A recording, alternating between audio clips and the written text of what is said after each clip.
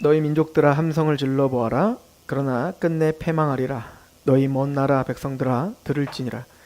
너희가 너희 허리를 동이라. 그러나 끝내 패망하리라. 너희 허리에 띠를 띠라. 그러나 끝내 패망하리라. 너희는 함께 계획하라. 그러나 끝내 이루지 못하리라. 말을 해보아라. 끝내 시행되지 못하리라. 이는 하나님이 우리와 함께 계심이니라. 여호와께서 강한 손으로 내게 알려주시며 이 백성의 길로 가지 말 것을 내게 깨우쳐 이르시되, 이 백성이 반역자가 있다고 말하여도 너희는 그 모든 말을 따라 반역자가 있다고 하지 말며, 그들이 두려워하는 것을 너희는 두려워하지 말며 놀라지 말고, 만군의 여호와 그를 너희가 거룩하다 하고 그를 너희가 두려워하며 무서워할 자로 삼으라. 그가 성소가 되시리라. 그러나 이스라엘의 두 집에는 걸림돌과 걸려 넘어지는 반석이 되실 것이며 예루살렘 주민에게는 함정과 올무가 되시리니 많은 사람들이 그로 말미암아 걸려 넘어질 것이며 부러질 것이며 덫에 걸려 잡힐 것이니라. 너희 증거의 말씀을 싸매며 율법을 내 제자들 가운데서 봉함하라. 이제 야곱의 집에 대하여 얼굴을 가리시는 여호와를 나는 기다리며 그를 바라보리라.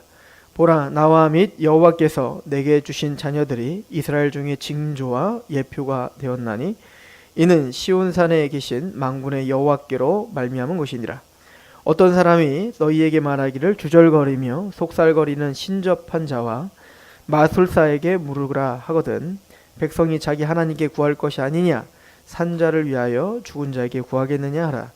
마땅히 율법과 증거의 말씀을 따를지니 그들이 말하는 바가 이 말씀에 맞지 아니하면 그들이 정녕 아침 빛을 보지 못하고 이 땅으로 헤매며 곤고하며 굶주릴 것이라. 그가 굶주릴 때에 격분하여 자기의 왕과 자기의 하나님을 저주할 것이며 위를 쳐다보거나 땅을 굽어보아도 환난과 흑암과 고통의 흑암뿐이니 그들이 심한 흑암 가운데로 쫓겨 들어가리라. 아멘.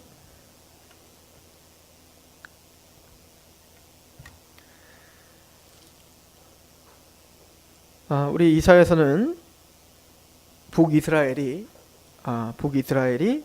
아람 군대와 연합하여 남유다를 이제 치려고 하는 상황이라고 했죠.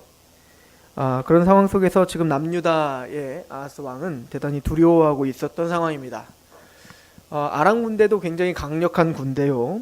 또 북이스라엘까지 함께 합심하여 쳐들어온다면 속수무책으로 사실 무너질 수밖에 없는 그 두려움 가운데 있는 거죠.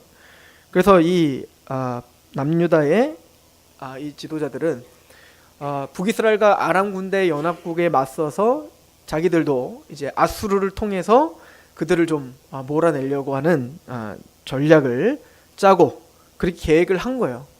자, 그런 상황 속에서 하나님은 이사야에게 신탁을 주셨었죠. 그렇게 하지 말아라 라고 하는 거였어요. 하나님이 사실은 아수르를 통해서 또 아람 군대를 통해 아수르를 통해서 북이스라엘 멸망을 할 거고요. 또 바벨론을 통해서 이제 남유다도 멸망하게 될 거예요. 근데 그 이유는 뭐냐면 바로 하나님의 백성들의 죄 때문인 거예요. 그죠? 단지 그런 여러 이방 나라들은 그 하나님의 백성들을 백성답게 만드시는 징계 가운데 쓰여진 막대기일 뿐이지 그들이 역사의 주인공이 아니죠. 남유다가 주인공인 거예요. 자, 그럼에도 불구하고 하나님이 그들을 의지하지 말고 너희들은 회개하고 돌이켜라 라고 하는 메시지를 주셨지만 끝까지 이제 회개하지 않고 결론은 이제 아수르에 통해서 북이스라엘 멸망하고 이제 남유다는 바벨론에 의해서 멸망하게 되는 겁니다. 자, 그러니까 아하스에게 뭐라고 했죠? 하나님을 의지해. 그래서 너 믿음이 없으면, 믿음이 안 생기면, 7장에 믿음이 안 생기면 내가 믿음 줄게 해. 징조를 구해. 하나님이 징조 구하면 징조 보여주지 않겠니? 그랬더니 내가 하나님 믿어요. 나는 징조 안 구해요. 막 이렇게 믿는 척 했잖아요. 그럼에도 그러거나 말거나 하나님이 주신 징조가 있는데 뭐예요? 바로 임마누엘 징조를 주셨죠. 처녀가 아들을 낳으리니 그 아들이 바로 임마누엘을 일컬으리라. 이렇게 이야기를 했습니다. 그래서 처녀가 누구인지 또 그 처녀가 낳은 아들은 누구인지 이 부분은 우리가 이미 7장을 다룰 때 같이 상고했는데 1차적으로는 그 여자가 아들을 낳을 거다 할 때 그 아들은 1차적으로는 누구였어요? 바로 이사야의 아들입니다. 그죠? 문맥적으로 보면 7장에 그 예언이 있은 다음에 그 다음에 바로 8장이 이렇게 시작되잖아요. 8장 1절에 여호와께서 내게 이르시되 너는 큰 서판을 가지고 그 위에 통용 문자로 마할 살랄 하스바스라고 쓰라. 내가 진실한 증인 제사장 우리야와 에베르기야의 아들 스가랴를 불러 증언하게 하리라 하시더니 내가 내 아내를 가까이 하매 그가 임신하여 아들을 낳은지라 여호와께서 내게 이르시되 그의 이름을 마할살라 하스바스라 하라. 이는 이 아이가 내 아빠 내 엄마라 부르기 알기도 전에 다메섹의 제물과 사마리아의 노략물들이 아수르 왕 앞에 옮겨질 것이다. 그래서 1차적으로는 무엇을 통해 성취되는 거예요? 바로 이사야가 정말 아들을 낳고 그 아내가 아들을 낳고 그 아들이 아빠 엄마라고 말하기 전에, 그죠? 지금 아수르 군대가 쳐들어가서 아람 군대와 북이스라엘을 완전히 패망시키는 그 일들이 일어날 거예요. 그 1차적으로는 바로 그 처녀가 잉태 아들을 낳으리니 할 때 1차적인 성취는 누구를 통해? 이사야의 아들을 통해 성취가 되는 겁니다. 자, 그럼에도 불구하고 우리가 풀지 못하는 것 중에 하나 뭐냐? 처녀라는 거예요. 처녀. 그죠? 그래서 처녀가 아들을 낳으니 그 이름을 임마누엘 하라라는 것을 마태는 바로 누구를 통해 성취됐다라고 선포했던 거예요. 바로 예수님, 바로 처녀였던 마리아를 통해서 태어난 그 예수로 말미암아 성취된 것이다. 그러니까 궁극적인 성취는 바로 예수님을 통해 성취된 거죠. 그러니까 우리는 어떻게 받아들입니까, 이것을? 그러니까 사실은 하나님은 유다 백성에게 하는 얘기는 이사야를 통해서 아들을 낳았고 그 아들이 아빠 엄마 하기 전에 누가 멸망하는 걸 볼 거예요. 정말 하나님의 예언대로 아수르를 통해서 누가? 아람 군대와 그리고 북이스라엘 완전히 패망하는 거를 똑똑히 보게 될 거란 말이에요. 그 세대에 보게 될 거란 말이에요. 그걸 보면서 이사야를 보면서 그들이 깨달아야 되는 건 뭐냐면, 그렇구나, 하나님의 언약은, 하나님의 징조, 하나님의 증거는 변함이 없고 반드시 성취되는구나 라고 하는 거예요. 그러나 이것이 궁극적인 성취가 아니라 처녀가 잉태하여 아들을 낳는 그 아들은 궁극적인 건 뭐예요? 정말 처녀가 앞으로 아들을 낳을 거고, 그 아들을 낳았는데 그 아이는, 그래서 이제 9장에 가면 한 아기를 낳았는데 그 아기는 뭐예요? 영존하는 아버지 전능하신 하나님이라 칭함을 받을 것이다 라고 이야기하며 그냥 단순히 인간이 아님을 이미 선포하고 있었죠. 그러니까 이런 역사를 통해서 그들은 배워야 되는 걸, 뭘 배워야 되는 거죠? 하나님의 궁극적인 구원을 배워야 되는 겁니다. 이해 가시나요? 그러니까 이런 예언들과 구체적인 어떤 하나님이 징조를 줄게 아들을 낳고 아빠 엄마 하기 전에 정말로 북이스라엘과 아람 군대가 도저히 이길 수 없었던 그 아람 군대가 무너지는 걸 보면서 그들은 우리가 전략을 잘 짰다, 우리가 계획을 잘 짰다로 가면 안 되고 하나님이 하신 거구나를 고백해야 된다고요. 그런데 궁극적으로는 하나님이 단순히 우리 유대민족을 그렇게 건강하고 단단한 나라로 세우는 것이 궁극적인 목적이 아니라 진짜 하나님의 백성됨, 하나님은 하나님 되시고 우리는 그의 백성 되는 그런 진짜 하나님의 나라가 세워질 것임을 바라봐야 됐다는 얘기인 거예요. 근데 그걸 누가 세울 거라고요? 바로 메시아이신 예수를 통해 세워질 거예요. 그러니까 하나씩 봅시다. 이 남유다가 북이스라엘과 앞으로 아람 군대가 다 멸망하는 거 볼 거예요. 아수르를 통해서. 그러므로 와 끝났다로 보면 안 돼요. 그래서 하나님은 아수르 또한 누구를 통해서 멸망시켜요? 바벨론을 통해서 멸망시켜 버릴 거라고요. 그리고는 끝났다, 이제 이 남유다가 정말 이 나라가 국을 세워줘야 되는가 봐 라고 착각하고 있는 그 나라도 어떻게 할 거예요? 완전히 초토화시켜 버릴 겁니다. 누구를 통해서? 바벨론을 통해서 초토화시켜 버릴 거란 말이에요. 왜? 그 나라가 이 나라가 아니구나라는 걸 알게 해야 되니까. 똑같은 패턴이에요. 그때 하나님이 뭘 무너뜨릴 거냐면 성전을 무너뜨릴 겁니다. 이해가세요? 왜? 이 성전이 그 성전이 아니구나를 깨달아야 되니까. 하나님께서 성전을 주실 때, 솔로몬에게 성전을 주시고 그 전에 모세에게 성막을 주실 때 이것은 모형이에요. 위에 있는 것들의 모형이고 또 앞으로 올 것들에 대한 모형으로 주신 거란 말이죠. 그런데 우리가 잘 알듯이 이스라엘 백성들 또 남유다 백성들은 그 성전이 진짜 성전이라고 생각하면 살았다고요. 그걸 통해서 배워야 되는데 그걸 통해서 방향을 제시하는 걸 봐야 되는데, 그냥 우리로 말하면 저쪽 봐봐 그랬더니 저쪽을 봐야 되는데 자꾸 손가락에 때가 꼈느니 손가락이 이쁘느니 이러면 안 되는 건데, 남유다 그러고 살았던 거예요. 그러니까 성전은 바로 그 나라를 바라보게 하는 방향 표시였다고요. 또 이스라엘 나라, 하나님이 출애굽을 시켜서 제사장의 나라로 세우는 걸 통해서 하나님이 궁극적으로 세우실 그 하나님의 나라가 무엇인지를 설명하는 거였단 말입니다. 제사장의 나라가 무엇인지 말이죠. 그런데 그들은 거기에 안주했다고요. 아브라함도 이렇게 하지 않았다는 거예요.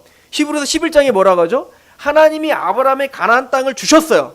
근데 그 가나안 땅에 와서도 히브리서 11장은 뭐라고 하죠? 아브라함은 그 땅이 진짜 유업이 아니라고 생각했다고요. 장차 주어질 하늘의 도성을 바라봤더라. 이게 아브라함이었다고요. 그러니까 그것처럼 남유다도 이스라엘 백성들 또 성전을 보면서 진짜 궁극적인 하나님의 나라, 하나님의 백성, 열방 가운데 세우실 하나님의 백성, 하나님의 성전을 바라봐야 됐다고요. 그거를 안 바라보면 부셔버리는 겁니다. 그죠? 그러니까 하나님이 성전도 부셔버리고 이스라엘 나라도 부셔버리는 거예요. 하나님은 그래서 말을 하기를, 오늘 8장 9절부터 보시면, 너희 민족들아 함성을 질러봐라. 그러나 끝내 패망하리라. 너희의 먼 나라 백성들아 들을지니라. 너희 허리를 동이라. 그러나 끝내 패망하리라. 너희 허리를 띠를 띠라. 그러나 끝내 패망하리라. 너희는 함께 계획하라. 그러나 끝내 이루지 못하리라. 말을 해봐라. 끝내 시행하지 못하리라. 이는 하나님이 우리와 함께 계심이라. 이건 누구에게 하는 얘기일까요? 첫 번째, 북이스라엘과 아람 군대에게 하는 얘기야. 니들이 계획을 하고 니들이 합심을 하여 지금 남유다를 쳐봐라. 이사야가 하는 얘기예요. 하나님을 통해서 아무리 너희들이 엄청난 화력을 가지고 우리에게 달려와봐라. 아무리 너희들이 최고의 전략 무기를 갖고 또 엄포를 놓으며 우리에게 와봐라. 끝내는 이루지 못한다. 왜? 우린 누구와 함께 있으니까. 하나님과 함께 있으니 너희들은 그 일을 이룰 수 없다예요. 그러니까 다른 말로 말하면 아스 겁내지 마 이거야. 그렇다고 자꾸 네 전략을 짜서 아스루를 의지하든지 아니면 이집트를 의지하지 마. 우리와 함께 있는 누구를 의지해라? 하나님을 의지해 라고 이야기를 하는 거예요. 그리고는 말을 하기를 11절에 여호와께서 강한 손으로 내게 알려주시며 이 백성의 길로 가지 말 것을 내게 깨우쳐 이르시되. 이건 또 누구에게 하는 얘기일까요? 이건 뭐죠? 다른 말로 또 이스라엘 백성 유다에게 하는 얘기인 거예요. 그러니까 그들이 아무리 달려든다 할지라도, 그들이 아무리 계획한다 할지라도 걱정하지 마라. 하나님이 우리와 함께 있으니 그들은 절대 그 뜻을 이루지 못해. 겁내지 마. 그런데 이사야에게 또 하는 얘기는 여호와께서 강한 손으로 내게 알려주시며 이 백성의 길로 가지 마. 이건 누구죠? 남유다의 길로 가지 말라는 거예요. 왜? 남유다는 어떻게 하고 있어요? 지금 이 국가적으로는 하나님을 의지하지 않고 아수르를 의지하려고 한다고요. 나중에 또 이집트를 의지하려고 하고요. 그러니까 너무 오래됐죠? 우리 설교한 지. 우리 8장 5절부터 보세요. 여호와께서 다시 내게 말씀하여 이르시되 이 백성이 누구예요? 유다, 남유다죠. 천천히 흐르는 실로아 물을 버리고 르신과 르말리아의 아들을 기뻐하느니라. 그러므로 주 내가 흉용하고 창이란 큰 하수 곧 아수르 왕과 그의 모든 위력으로 그들을 뒤덮을 것이라. 그 모든 골짜기에 차고 모든 언덕에 넘쳐 흘러 유다에 들어와서 가득하여 목에까지 비치리라. 임마누엘이여 그가 펴는 날개가 내 땅에 가득하리라 하셨느니라. 그러니까 이 백성들이 하는 일은 뭐죠? 이렇게 하나님이 유유히 우리와 함께하고 계시는데 그 천천히 흐르는 생명수는 버려버리고 뭐를 찾고 있었다는 거예요? 지금 당장 아주 효과적으로 막 눈에 보이는 어떤 역동적인 어떤 그 힘을 원했다고요. 우리도 그 얘기라고 했잖아요. 우리가 하나님이 여러분들과 함께합니다. 하나님이 내일도 호흡을 주시고 이런 거 원하는 게 이건 당연한 거고, 우리가 바라는 하나님 어떤 거예요? 지금 당장 뭔가 홍해가 갈라지는 역사를 일으키는 하나님. 지금 당장 내 문제가 효과적으로 완전히 뒤집혀 내가 원하는 모든 소원을 다 이루어주시는 하나님. 그걸 위해서는 저 부자들의 돈이 나에게 오면 좋겠고 저 부자들의 권세가 나에게 도와주면 좋겠고, 그래서 그 힘을 들어 지금 당장 내 앞에 무릎 꿇게 하시는 하나님, 사람들을.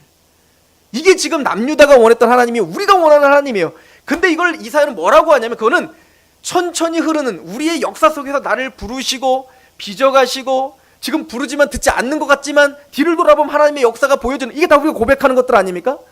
그런데 그런 하나님을 버려버리고 자꾸 지금 당장 효과를 볼 수 있는 뭐만 찾고 있는 거예요. 세상을 찾고 있는, 이게 지금 남유다예요. 이 길로 행하지 말라라고 말하고 있는 거죠. 그리고 이렇게 이야기를 합니다. 12절, 이 백성이 반역자가 있다고 말하여도 너희는 그 모든 말을 따라 반역자가 있다고 하지 말며 그들이 두려워하는 것을 너희는 두려워하지 말며 놀라지 말고 만군의 여호와 그를 너희가 거룩하다 하고 그를 너희가 두려워하며 무서워할 자로 삼으라. 우리는 수도 없는 이야기들을 들을 거라는 거예요. 하나님을 의지하는 것이 우리의 기독교, 하나님의 백성들의 마땅한 길인데 좁은 길이죠. 그런데 그렇게 하려고 하다 보면 여러 가지 말들이 들을 거예요. 야, 이 땅에 반역자가 있대. 그래서 이 반역자들을 통해서 북이스라엘과 그 아람 군대가 이미 우리의 모든 첩보를 다 가져가서 가망성이 없어. 우리로는 끝나. 그러니까 빨리, 그래서 아수르를 하는 거지. 아, 누가 하나님 의지하지 말래? 이러니까 그런가. 이렇게 끊임없이 하나님의 언약은 너무 분명하고 선명한데 그 선명하고 분명한 것들을 흐리기 위해서 여러 가지 두려운 말들과 또 여러 가지 전략들과 또 여러 가지 부정적인 이야기를 막 할 거란 얘기인 거예요. 거기에 흔들리지 말아라, 이 얘기를 하고 있는 거죠. 그들이 무서워하는 걸 두려워하지 마라. 왜? 14절 뭐라고 하죠? 그가 성소가 되시리라. 그러나 이스라엘의 두 집에는 걸림돌과 걸려 넘어지게 하는 반석이 되실 것이며 예루살렘 주민에게는 함정과 올무가 되시리니 많은 사람들이 그로 말미암아 걸려 넘어질 것이며 부러질 것이며 덫에 걸려 잡힐 것이니라. 이거 좀 역사를 아셔야 되는데, 하나님 뭐라고 하시죠? 야, 그런 세상을 의지하지 말고 세상 소리 다 차단해. 그리고 나만 의지해. 그리고 뭐라고 하냐면 내가 너희에게 성소가 되어줄게. 이렇게 표현한단 말이에요. 성소가 되어줄게. 그러니까 얘네들이요, 이거를 문자적으로 그냥 받아들인 거예요.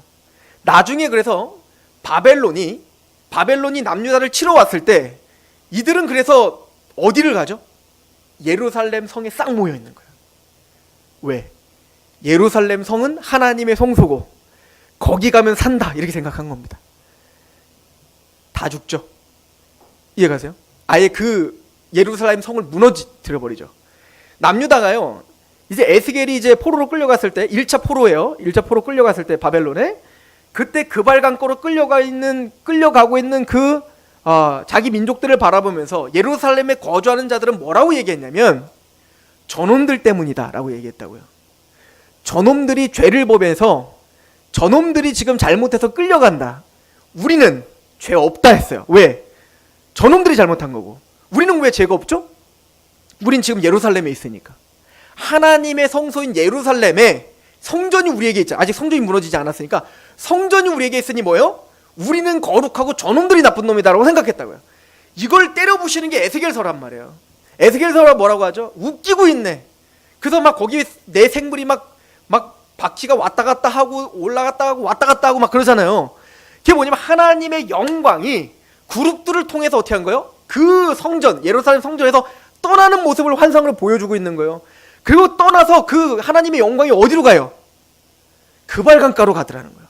왜? 그 그발강가로 가는 사람들은 어떻게 하죠? 죄를 통회하며 지금 가고 있다고요. 맞습니다, 나 때문입니다 하면서 가고 있다고요.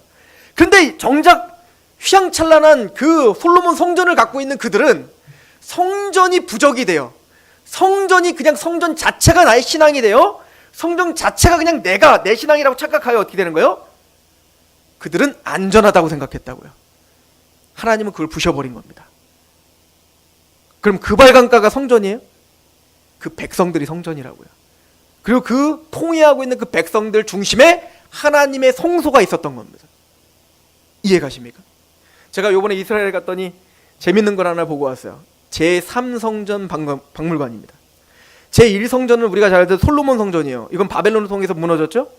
그리고는 우리가 잘 아는 대로 1차 포로기한 70년이 차서 1차 수룹바벨을 통해서 수룹바벨 성전이 세워지고 2차 포로기한 에스라를 통해서 영적인 부흥이 일어나고 3차 포로기한 느헤미야를 통해서 성벽이 재건되죠. 이게 성경이 다 나와 있는 얘기예요. 이게 2차 성전 시대예요. 그러니까 2차 성전 시대는 어디까지냐? 수룹바벨서부터 예수님 시대까지가 2차 성전 시대입니다. 성전이 세워져 있으니까. 나중에 그걸 예수님 시대 헤롯이 유대인들에게 잘 보려고 증축해 놓은 게 이제 그 헤롯 성전인 거죠. 그때 예수님. 근데 그 2차 성전이 언제 무너져요? AD 70년에 로마에 의해 완전히 함락된단 말입니다. 다 무너져 버리죠. 지금 예루살렘에 가는 통보벽이라고 하는 그 예루살렘 성전의 서쪽 벽만 남겨놓고 다 무너뜨려 버린 거란 말이에요. 그러니까 2차 성전이 무너진 거죠. 그런데 이 이스라엘 백성들은 구약을 믿고 있잖아요. 구약만 믿고 있는데 이들은 이 이사야의 이런 예언들을 어떻게 해석하고 있냐면 하나님께서 진짜 성소를 다시 세워주실 거라고 믿어요. 그게 뭐냐면 3차 성전 시대가 올 거라고 믿고 있는 거죠. 그래서 그들은 진짜로 3차 성전이 세워질 거라고 믿고 다 준비해놨어요. 그래서 3차 성전 박물관에 가면 사진을 찍어오면 좋겠지만 거기서 사진 못 찍게 하더라고. 거기 물두멍. 근데 물두멍이 우리가 생각하는 물두멍처럼 생기지 않았어요. 다르게 생겼더라고요. 그게 원래 물두멍의 모습이라고 해요. 어쨌든 물두멍을, 굉장히 큰 물두멍, 성전에 놓을 물두멍을 만들어 놓고, 또 떡상도 우리가 생각하지 않았던 떡상이에요. 그런 떡상을 만들어 놓고, 또 메노라, 그러니까 7촛대, 그 메노라를 만들어, 그거는 이제 순금으로만 메노라는 유대 광장이 있어요. 예루살렘 올드시티 안에 유대 광장에 이렇게 유리로다가 보호막을 쳐가지고 그걸 또 이렇게 관람을 할 수 있도록 보여놨죠. 거기 봤더니 모든 기물들, 또 성전에 쓰는 기물들, 레위기와 신명기에 있는 그대로 다 만든 거예요. 다 만들어 놓고 뭐만 없어 이제. 봤더니 법궤가 없더라고요. 법궤가. 그래서 법궤는 어딨냐 이렇게 물어보지 않아 다 말해줘요. 한국말로. 거기 한국 사람들 하도 많이 오니까 한국말로 안내를 다 해놨더라고. 근데 그 법궤는 얘네들이 어떻게 믿고 있냐면 솔로몬이 성전을 짓고 하나님이 솔로몬한테 계시를 주셨다는 거예요. 성경에는 없는 얘기예요. 계시를 주셨는데 이 성전은 함락당하고 무너질 거다. 그걸 알았다는 거예요. 그래서 그거를 후대의 왕들에게 알려줬고 요시아가 종교개혁을 일으키면서 무너질 것을 직감하고 법궤를 성전 밑에 깊숙한 곳에 묻어뒀다고 믿어요. 그러니까 인디아나 존스는 헛 여행을 한 거죠. 인디아나 존스가 그 법궤 찾으러 다닌 거 아닙니까? 그런데 이제 그러니까 그때가 오면 이제 그 예루살렘 성전을 제3성전을 다시 세우면 지금은 그 성전산 모리아산이 누가 거기 뭐가 세워져 있냐면 황금돔이 세워져 있다고요. 이슬람이 지금 거기를 장악하고 있단 말이에요. 그러니까 이슬람을 쫓아내고 거기를 제3성전을 세우게 되면 땅을 파고 가면 법궤 그거 갖다 놓을 거다. 이렇게 이제 생각을 해서 이들은 진짜로 제3성전을 세울 걸 다 준비해놨어요. 근데 뭐만 있으면 돼 이제. 돈이 얘네들이 많잖아요. 전 세계 유대인들 얼마나 부자가 많아요. 얘네들이 엄청난 후원을 계속하고 있는 거예요. 그 제3성전을 지으려고. 근데 그 제3성전을 짓게 되면 어떻게 될까요? 모리아산에 만약에 그 이슬람을 전쟁을 해서 쫓아내고 거기다가 성전 지으면 끝나는 게 아니라 그 모슬렘의 3대 성지 중에 하나가 예루살렘이에요. 왜냐면 메카와 예루살렘 뭐냐면 그 마호멧이 승천한 자리가 거기라고 믿어요, 얘네는. 그러니까 그거를 공격한다는 건 누구가 공격해요?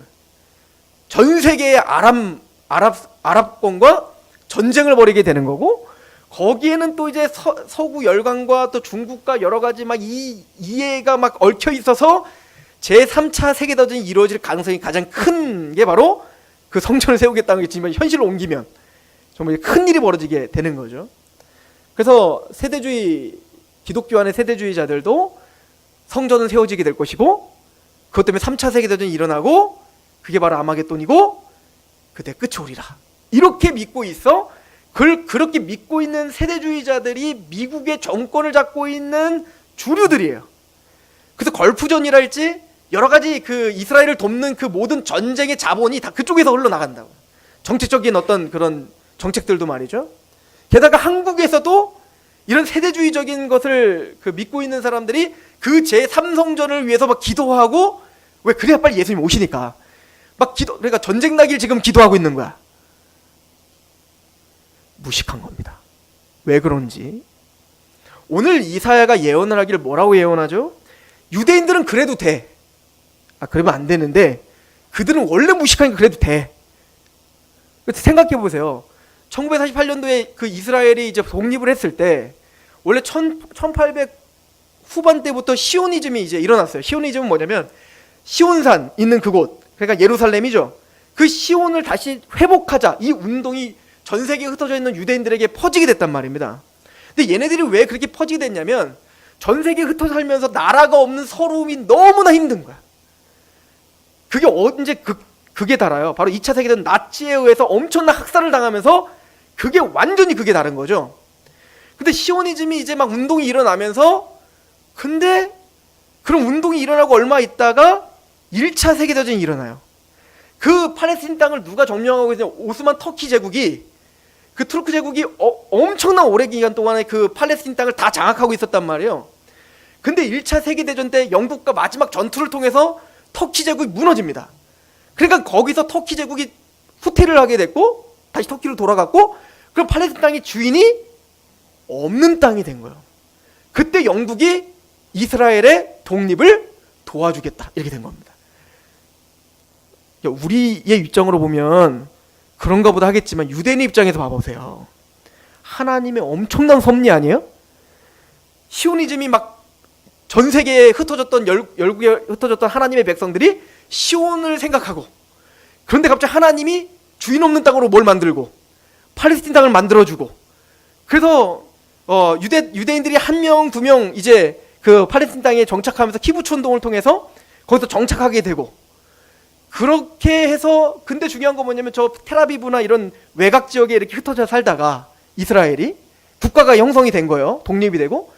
그런데 가장 중요한 예루살렘이랄지 세겜이랄지 베들레헴이랄지 베델이랄지 브엘세바랄지 이런 중요한 모든 것들 다 누가 장악하고 있어? 아랍이 장악하고 있으니까 거길 가볼 수가 없잖아요. 게다가 제일 중요한 예루살렘이, 그러니까 항상 얘네들은 호시탐탐 어디를 노려? 저길 쳐들어가야 돼, 이러고 있는데, 거길 장악하던 요르단 이 나라가 이스라엘이 싫겠죠. 꼴보기 싫을 거 아니야. 그러니까 전쟁을 한 거예요. 그것도 안식일 날 아무것도 못하고 있는데 쳐들어간 거죠.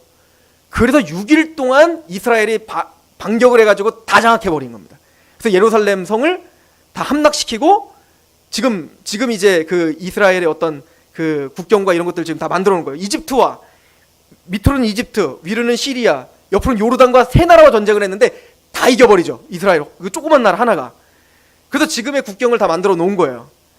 자, 그 상태인데 그럼에도 불구하고 이 사람들이 아랍 지역, 요르단으로 미쳐 가지 못했던 아랍 사람들이 거기 사니까 그 아랍 사람들을 그냥 거기 살게 내버려 뒀어요. 그게 이제 서한 지구와, 중심의 서한 지구와 가자 지구예요. 두 군데예요. 근데 서한 지구는 이미 그 정책이나 이런 거에 많이 그래 순응을 하지만, 가자 지구는 하마스라고 하는 그 무력 단체들이 그쪽에 가서 맨날 미사일 쏘고 하는 거예요. 혹시 뉴스 보셨는지 모르겠는데, 제가 있는 동안에도 가자 지구에서 브엘사바로 미사일을 쏴가지고 했는데, 그때 제가 브엘사바에 있었어요. 제가 사실은 걱정할까봐 얘기는 안 했는데, 근데 이스라엘의 아이언돔이 다 잡았다고 하더라고요. 미사일을 다 격추시켰다고 하더라고요. 근데 어쨌든 그런 상황 속에서 있는데, 유대인들이 보기에는요, 이 이사야의 예언이 지금 이루어졌다고 생각이 드는 거예요. 열방으로 흩어졌던 내 백성들을 모으고, 이렇게 예언돼 있죠. 근데 진짜로 전 세계에 흩어졌던 이 유다 백성들을 모으셨잖아요. 그리고는 이 약속의 땅을 비워주시고, 거기에 이스라엘 나라를 세워주시고, 그리고 이제 모든 자본을 통해서 성전을 세울 수 있는 모든 자본을 다 모으게 하시고, 이제 뭐만 남았어? 세우기만 하면 되잖아요. 그래서 이 유다 백성들은 그 성전에 대한 갈망을 지금도 품고 있는 거예요. 호시탐탐 어떻게만 하면 저희들을 어떻게 하면 이제 쫓아내고 할까? 근데 제가 진짜 보니까 거기 진짜로 성전 세우려고 움직이면 3차 세계대전이 일어날 것도 같아요. 이 너무 얽혀있는 게 강해서. 그런데 오늘 이사야서의 예언은 전혀 다른 얘기를 하고 있는 거예요. 오늘 말씀을 보십시오. 오늘 말씀에 보면 그가 성소가 되시리라. 14절에 보면 그가 성소가 되시리라. 그러나 이스라엘의 두 집에는 걸림돌과 걸려 넘어지는 반석이 되실 것이며 예루살렘 주민에게는 함정과 올무가 되시리니, 하나님이 성소가 되시는 그날 누구에는 걸림돌이 될 거라는 거예요? 유다와 북이스라엘, 이 육적인 하나님의 백성들에게 걸려 넘어지게 될 거야. 이 얘기는 뭐냐면 그들이 생각하는 그림이 아닌 거예요. 이게 내가 그날 하나님의 성소가 되실 건데 그들이 믿고 있는 허황된 것과는 부딪히게 되는 겁니다. 그래서 이것이 심판의 도구가 될 거예요. 이게 진짜 이루어졌죠. 그러면 성경에서 말하는 성소라는 게 뭘까요? 누가 이 성소를 세우는 겁니까? 우리 에스겔서 이미 우리가 앞에서 사실은 다 정리를 했지만 그래도 오랜만이니까 다시 정리를 해보면 우리 에스겔서 35장을 가봅시다.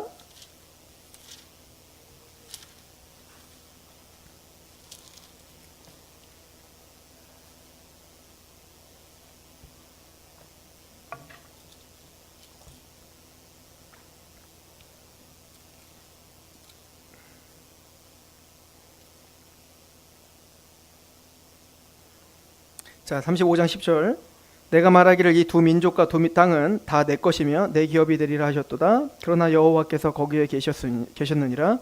그러므로 주 여호와의 말씀이라 내가 나의 삶을 두고 맹세하노니 내가 너희를 미워하며 노하며 질투한 대로 내가 내게 행하며 너를 심판할 때 그들이 나를 알게 하리라. 내가 이스라엘 산들을 가리켜 말하기를 저 산들이 황폐하였으므로 우리에게 넘겨주어서 삼키게 되었다 하여 욕하는 모든 말을 나 여호와가 들은 줄을 내게 알리로다. 너희가 나를 대적하여 입으로 자랑하며 나를 대적하여 여러 가지로 말하는 것을 내가 들었노라. 주 여호와께서 이같이 말씀하셨느니라. 온 땅이 즐거워할 때 내가 너를 황폐하게 하되 이스라엘 족속의 기업이 황폐함으로 내가 즐거워한 것과 같이 내가 너를 황폐하게 하리라. 세일산이 사나 너와 에돔 온 땅이 황폐하리니 내가 여호와인 줄을 무리가 알리라 하셨다 하라. 즉 하나님은 북이스라엘과 남유다를 기업으로 삼으실 것이고 하나님 그들을 회복하실 거예요. 그리고는 36장에 가보면 23절부터 한번 보세요. 여러 나라 가운데서 더럽혀진 이름 곧 너희가 그들 가운데서 더럽힌 나의 큰 이름을 내가 거룩하게 할지라. 내가 그들의 눈앞에서 너희로 말미암아 나의 거룩함을 나타내리니 내가 여호와인 줄을 여러 나라 사람이 알리라. 주 여호와의 말씀이니라. 내가 너희를 여러 나라 가운데서 인도하여 내고 여러 민족 가운데서 모아 데리고 고국 땅에 들어가서 그러니까 이걸 보면 지금 유다 사람들 막 흥분하는 거예요. 여러 나라에 흩어졌던 우리가 다 고국 땅에 왔잖아요. 그죠? 이렇게 해석하는 거예요. 유대인 사람들은. 자, 25절에 근데 맑은 물을 너희에게 뿌려서 너희를 정결하게 하되 곧 너희 모든 더러운 곳에서 모두 우상 숭배해서 너희를 정결하게 할 것이며 또 새 영을 너희 속에 두고 새 마음을 너희에게 주되 너희 육신에서 굳은 마음을 제거하고 부드러운 마음을 줄 것이며 또 내 영을 너희 속에 두어 너희로 내 율례를 행하게 하리니 너희가 내 규례를 지켜 행할 것이다 라고 이야기를 합니다. 그런데 이런 모든 예언들이 누구를 통해서 이제 설명이 우리 34장 한번 가보세요. 이 모든 예언들이 누구를 통해서 성취가 되는지 에스겔 34장 자 23절 24절 한번 읽어보겠습니다. 시작. 내가 한 목자를 그들 위에 세워 먹이게 하리니 그는 내 종 다윗이라. 그가 그들을 먹이고 그들의 목자가 될지라. 나 여호와는 그들의 하나님이 되고 내 종 다윗은 그들 중에 왕이 되리라. 그러니까 이걸 누가 일으키는 거냐면 다윗과 같은 한 왕이 올 거고 그를 메시아라고 하는 거예요. 기름 부음 받은 자, 그 왕이 한 명 올 거다. 25절에 또 내가 또 그들과 화평의 언약을 맺고 악한 짐승을 그 땅에서 그에게 차지하리니 그들이 빈들에서 평안히 거하며 숲풀 가운데서 잘지라. 내가 그들에게 복을 내리고 내 산 사방에 복을 내리매 때를 따라 소낙비를 내리되 복된 소낙비를 내리라. 그러니까 그 유다 왕을 통해서 하나님은 이스라엘을 진짜 이스라엘을 회복시키고 하나님의 뜻을 이루실 것이다. 우리 37장 가봅시다. 에스겔 37장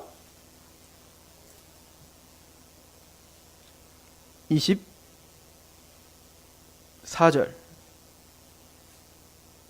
자 21절부터 자 보면 그들에게 이르기를 주 여호와께서 이같이 말씀하시기를 내가 이스라엘 자손으로 잡혀간 여러 나라에서 인도하며 그 사방에서 모아서 그 고국 땅으로 돌아오게 하고 그 땅 이스라엘 모든 산에서 그들이 한 나라를 이루어서 한 임금이 모두 다스리게 하리니 그들이 다시는 두 민족이 되지 아니하며 두 나라로 나누이지 아니할지라. 그들이 그 우상들과 가증한 물건과 그 모든 죄악으로 더 이상 자신들을 더럽히지 아니하리라. 내가 그들을 그 범죄한 모든 처소에서 구원하여 정결하게 한즉 그들은 내 백성이 되고 나는 그들의 하나님이 되리라. 내 종 다윗이 그들의 왕이 되리니 그들 모두에게 한 목자가 있을 것이라. 그들에게 내 규례를 준수하게 내 율례를 지키게 행하며 내가 내 종 야곱에게 준 땅 곧 그의 조상들이 거주하던 땅에 그들이 거주하되 그들과 그들의 자손손이 영원히 거기에 거주할 것이요 내 종 다윗이 영원히 그들의 왕이 되리라. 내가 그들과 화평의 언약을 세워서 영원한 언약이 되게 하고 또 그들을 견고하고 번성하게 하며 내 성소를 그 가운데 세워서 영원히 이르게 하리니 내 처소가 그들 가운데 있을 것이며 나는 그들의 하나님이 되고 그들은 내 백성이 될 것이라. 내 성소가 영원토록 그들 가운데 있으리니 내가 이스라엘을 거룩하게 하는 여호와인 줄을 열국이 알리라 하셨다 하라. 그러니까 이들이 지금 유대인들이 믿고 있는 거는 그래서 열방간 흩어졌던 자신들을 모아서 뭘 세우신대요? 성소를 세우신다니까 제3성전을 지금 준비하고 있는 거예요. 근데 이미 이 예언은 끝났다고요. 첫 번째, 뭘 통해서 끝났어요? 이 예언은 지금 2019년, 2020년 이때를 지금 예언한 게 아니라 첫 번째는 바벨론으로 끌려간 그들에게 한 예언이에요. 그러니까 이 예언을 문자적으로 해석하려면 이미 끝났어요. 누구를 통해서 이루어졌죠? 고레스를 통해서 이미 바벨론을 무너뜨려 버리고 이스라엘, 흩어졌던 이스라엘을 모아서 예루살렘에 이미 오게 했다고요. 이미 몇천 년 전에. 그래서 거기에 뭘 세우셨어요? 하나님이 성전을 세웠단 말이에요. 이해가세요? 그러니까 이 예언, 에스겔의 이 모든 예언은 이미 과거에 다 끝난 예언이라고요. 근데 문제는 다윗의 왕조인 한 왕이 세워져야 되고 북이스라엘과 남유다가 한 왕을 섬기는 나라가 됐어야 돼. 그리고 영원한 나라가 됐어야 돼. 근데 바벨론에서 돌아온 그 이스라엘 백성들이, 물론 스룹바벨이 유다 지파예요. 그러니까 스룹바벨이 통해서 그 일이 이루어졌지만 북이스라엘은 이미 아수르를 통해서 없어진 상태야. 그러니까 북이스라엘과 남유다가 한 왕을 섬긴 적이 지금까지 있어요, 없어요? 없고요. 섬길 수도 없어요, 앞으로. 왜? 없어졌어. 북이스라엘은 아예. 아수르가 피를 다 섞어버렸기 때문에 북이스라엘 나라가 없다고요. 물론 요번에 이스라엘 가보니까 그리심산에, 그 사마리아 땅 그리심산에 꼭대기 올라가서 반나절을 있다 왔거든요. 거기 갔더니 북이스라엘 제사장이 있더라고요. 근데 북이스라엘 사람들이 814명이 거기 산대요. 자기들이 북이스라엘 민족이라고 믿고 있는 요셉의 두 지파 있잖아요. 그 요셉 지파와 레위 지파, 이 세 지파만 남았대. 거기에 뭐 믿든지 안 믿든지 하여튼 그렇대요. 그래서 그러면 언제 왔냐 그랬더니 떠난 적이 없대. 자기들은 계속 거기 살았대요. 그래서 지금도 거기도 제사 드리고 그렇게 하고 있거든요. 어쨌든 그런데 12지파는 없어. 세 지파만 남았다고 해도 없어졌다고요. 이거 왜 그렇죠? 이스라엘 백성들에게 하나님의 예언대로 바벨론이 무너지고 너희가 돌아와서 성전, 스룹바벨 성전이 세워지지만 이걸 통해서 궁극적인 성전과 궁극적인 진짜 하나님의 나라와 진짜 다윗과 같은 왕이 누군지를 바라보게 하신 거란 말이에요.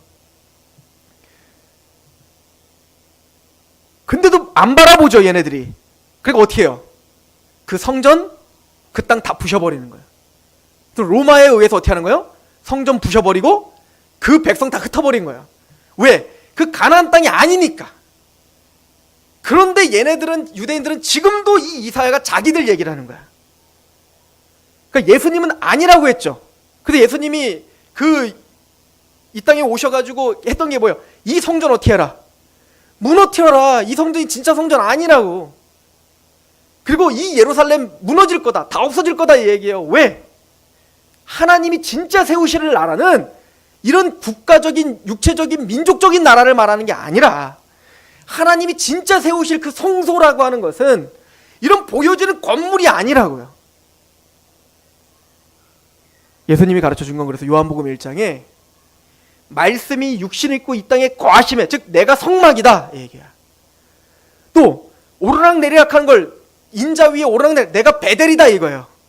야곱이 하늘과 땅을 연결하는 사닥다리를 보고 천사들이 오르락내리락 하는 걸 보면서 요한복음 1장에 너희는 얼마 안 가? 인자 위에 천사들이 오르락내리락, 내가 바로 베델이야, 내가 바로 성전이야. 그래서 2장에 뭐라고 하죠? 이 성전 무너뜨려 내가 3일 만에 다시 세울게. 아니 46년 동안 그때 아직 증축이 끝난 것도 아니야. 67년? 그때 증축이 끝나요. 그래서 3년 만에 무너지죠. 70년에. 헛되게 돈 쓴 거죠. 어쨌든 이 36년 동안 지금 지어진 걸 네가 어떻게 3일 만에 이렇게 세운다는 거야.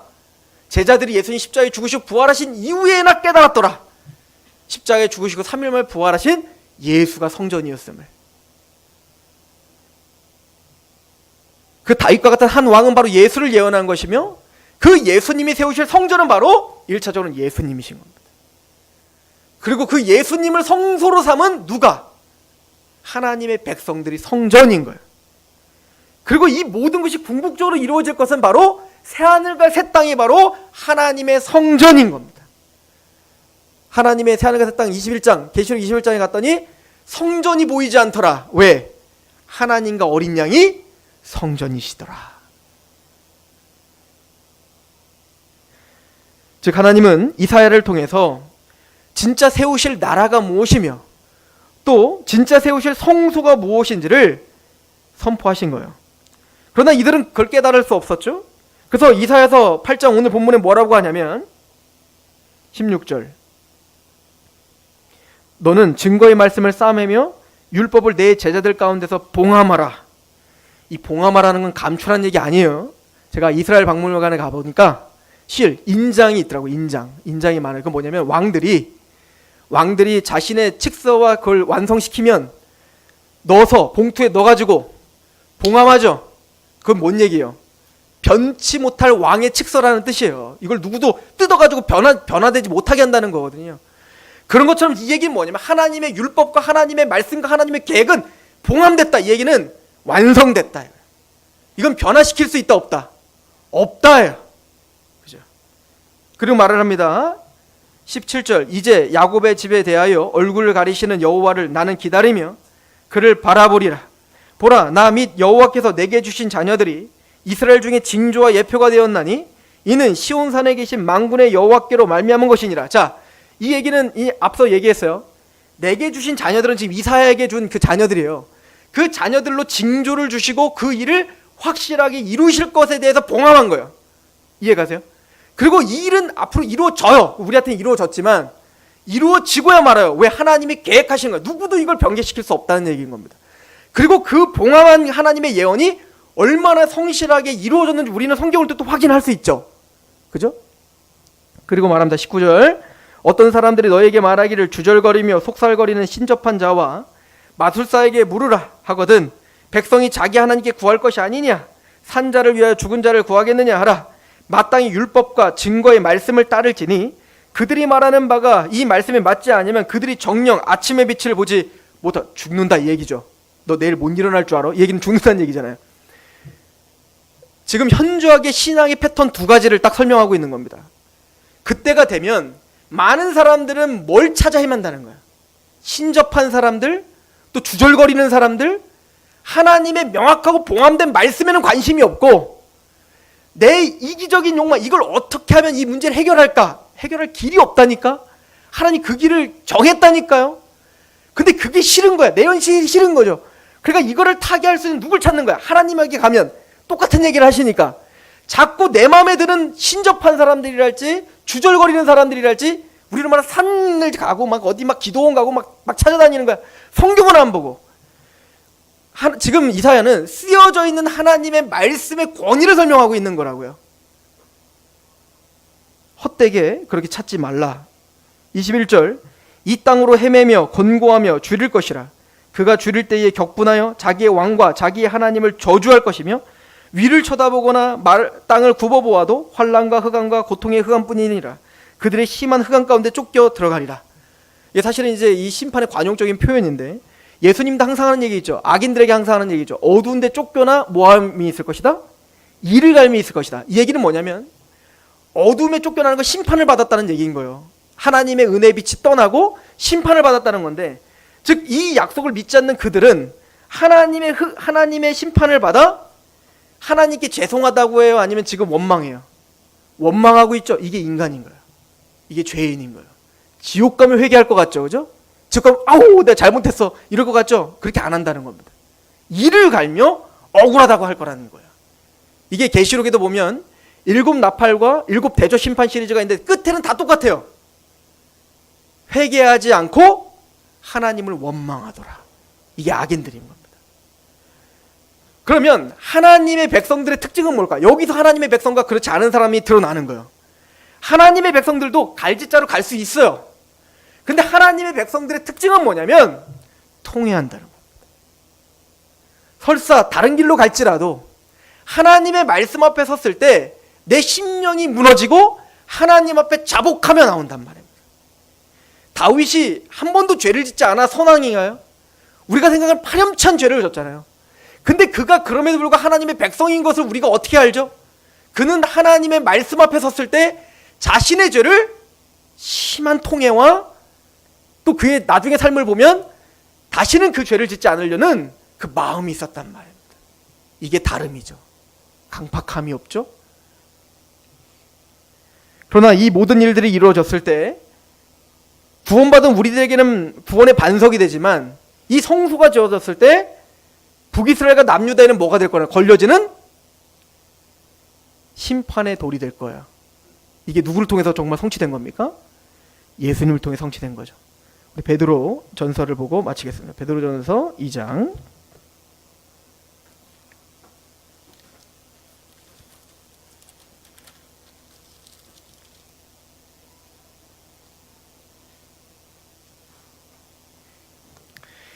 베드로전서 2장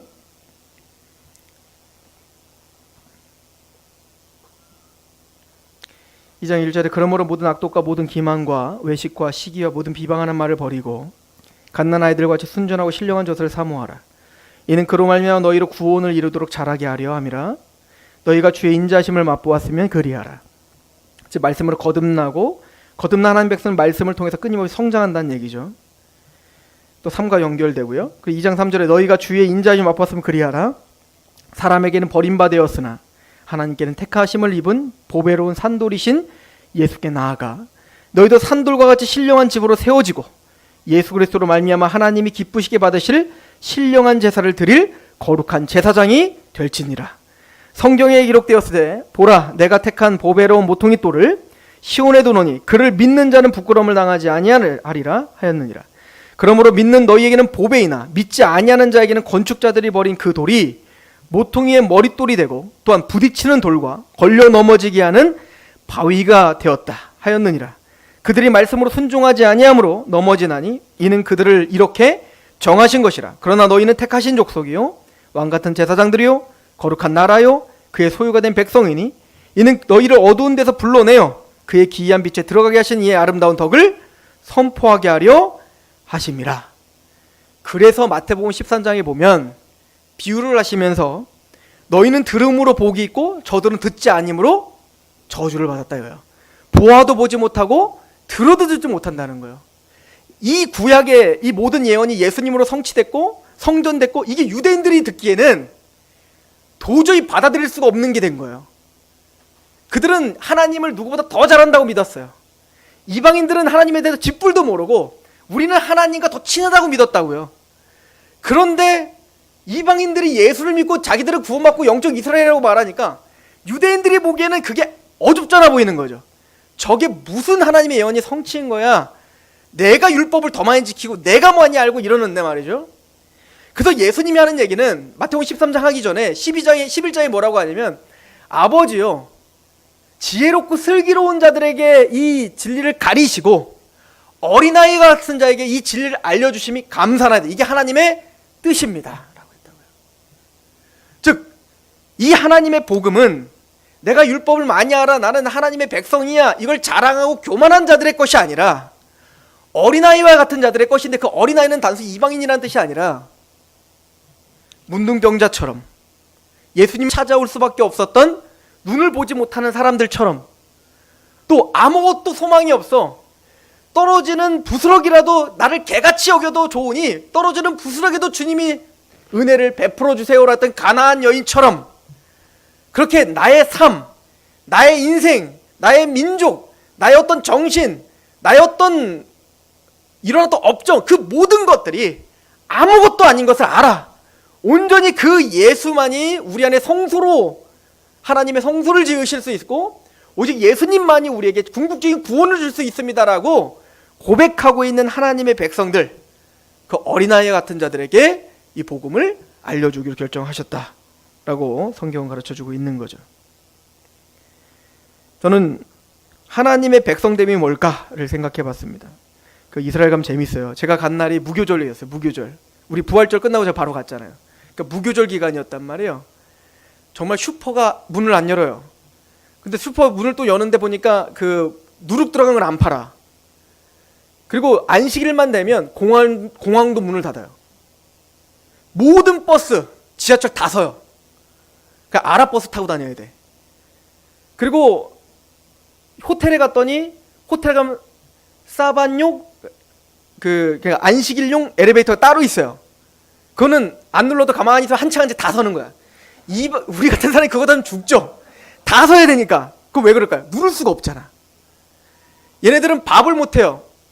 밥을 할 수가 없어요. 왜냐면 레위기에 또 그 율법에 보면 불을 켜지 말라 했어요. 안식일날. 그럼 촛불 같은 거만 키면 음식만 못 하는 줄 알았더니 그게 아니라 전기도 불이 켜진다고 생각하는 거예요. 그러니까 아무것도 못 해요. 그러니까 얘네들이 그 안식일 되면 어디 가는 줄 아십니까? 호텔을 그렇게 좋아한대요. 왜? 가만히 있어도 밥 주죠. 아무것도 하나 가만히 있어도 되잖아. 그러니까 제가 직접 가보니까 정말 답답할 정도로 살아요, 얘네가.